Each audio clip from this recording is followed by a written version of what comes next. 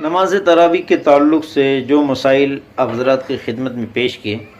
ایک صاحب نے ایک اہم مسئلہ پوچھا تھا، وہ بھی آپ کے سامنے اس کی وضاحت پیش کر دوں کہ ایک لڑکا جس کی عمر 15 سال سے کم ہے لیکن وہ حافظ قرآن ہے، تو کیا ایسا بچہ، ایسا لڑکا نماز تراویح پڑھا سکتا ہے یا نہیں؟ تو اس سلسلے میں یہ بات ذہن میں رکھیں کہ نماز تراویح یا اور کوئی فرض نماز کہ ان تمام نمازوں کی امامت کے لیے شرعی اعتبار سے بچے کا بالغ ہونا ضروری ہے۔ اب بالغ کسے کہتے ہیں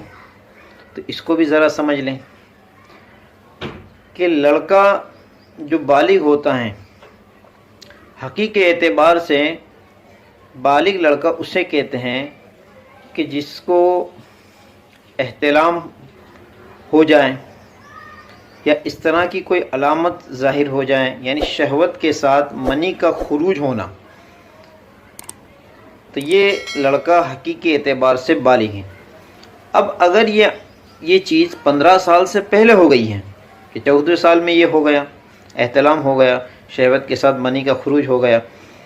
یا 14 سال کے بعد ہوئی، یعنی 15 سے پہلے ہوا، پھر بھی یہ لڑکا شرعی اعتبار سے بالغ ہے، اور ایسا لڑکا نماز تراویح بھی پڑھا سکتا ہے اور نمازوں کی امامت بھی کر سکتا ہے۔ دوسرا یہ ہے کہ لڑکے کو احتلام بھی نہیں ہوا اور اس طرح کی کوئی علامت بھی ظاہر نہیں ہوئی، لیکن اس کی عمر 15 سال مکمل ہو چکی اور 16واں سال شروع ہو گیا، تو اب یہ لڑکا حکمی اعتبار سے بالغ ہے، شرعی اعتبار سے بالغ شمار کیا جائے گا، لہذا ایسے بچے کی امامت کرنا بھی درست ہے۔